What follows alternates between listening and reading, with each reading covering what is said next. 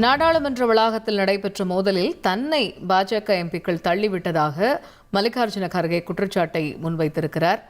இது பற்றி எமது செய்தியாளர் ரமேஷ்குமாரிடம் கேட்போம். ரமேஷ், ஏற்கனவே பாஜக எம்பிக்களை தாக்கிய மக்களவை எதிர்க்கட்சித் தலைவர் ராகுல் காந்தி மன்னிப்பு கேட்க வேண்டும் என்று மத்திய அமைச்சர் கிரண் ரிஜிஜு வலியுறுத்தியிருந்தார். இந்த நிலையில நாடாளுமன்ற வளாகத்தில் நடைபெற்ற மோதலில் தன்னை பாஜக எம்பிக்கள் தள்ளிவிட்டதாகவும் திரு மல்லிகார்ஜுன கர்கே குற்றச்சாட்டை முன்வைத்திருக்கிறார். இது தொடர்பாக அவர் கோருவது என்ன? விவரங்கள். சற்று முன்னதாக நான் குறிப்பிட்டேன், இரு தரப்பும் ஒருவர் மீது ஒருவர் குற்றச்சாட்டுகளை முன்வைக்கின்றனர்.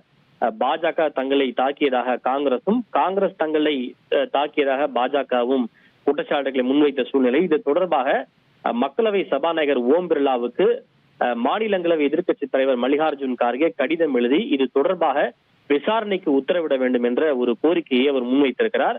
அவர் அந்த கடிதத்தில் என்ன குறிப்பிட்டிருக்கிறார் என்றால், இன்று காலை இந்தியா கூட்டணி எம்பிக்களோடு நாடாளுமன்ற மஹர்த்வார் நுழைவு வாயில் முன்பு நாங்கள் சென்று போராட்டம் நடத்தினோம்.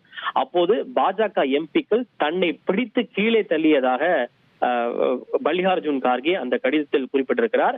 பாஜக எம்பிக்கள் தன்னை பிடித்து தள்ளியதில் தான் நிலை தடுமாறி, அதாவது பேலன்ஸ் தடுமாறி கீழே உட்கார்ந்து விட்டேன். அதாவது கையை தாங்கியபடி நான் நிலத்திலே உட்கார்ந்து விட்டேன். ஏற்கனவே என்னுடைய முழங்காலில் அறுவை சிகிச்சை செய்யப்பட்டிருக்கிறது. பாஜக எம்பிக்கள் தன்னை பிடித்து தள்ளியதில் என்னுடைய முழங்காலில் மேலும் காயம் ஏற்பட்டது என்று கார்கே அந்த கடிதத்தில் தெரிவித்திருக்கிறார். இதன் காரணமாக உடனடியாக காங்கிரஸ் எம்பிக்கள் ஒரு நாற்காலி ஒன்றை கொண்டு வந்து அங்கே போட்டு என்னை சிறிது நேரம் அந்த நாற்காலியிலே அமரச் செய்தனர். இருப்பினும் மக்களவை துவங்கியதால் நான் என் காலை நொண்டி பிடித்தபடி நொண்டி மக்களவைக்கு நடந்து சென்றேன் என்று அந்த கடிதத்திலே குறிப்பிட்டிருக்கிறார்.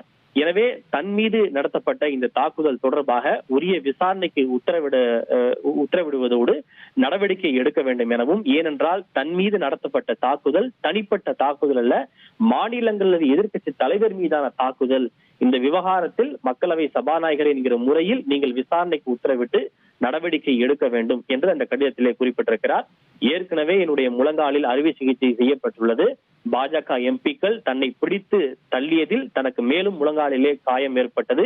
நான் மக்களவைக்கு கூட நொண்டிதான் மன்னிக்கவும், மாநிலங்களவைக்கு கூட காங்கிரஸ் கட்சியினுடைய எம்பிக்களுடைய துணையோடு நொண்டி நடந்து சென்றேன் என்று அவர் தெரிவித்திருக்கிறார். செய்திகளை உடனுக்குடன் தெரிந்து கொள்ள உடனே சப்ஸ்கிரைப் பண்ணுங்க.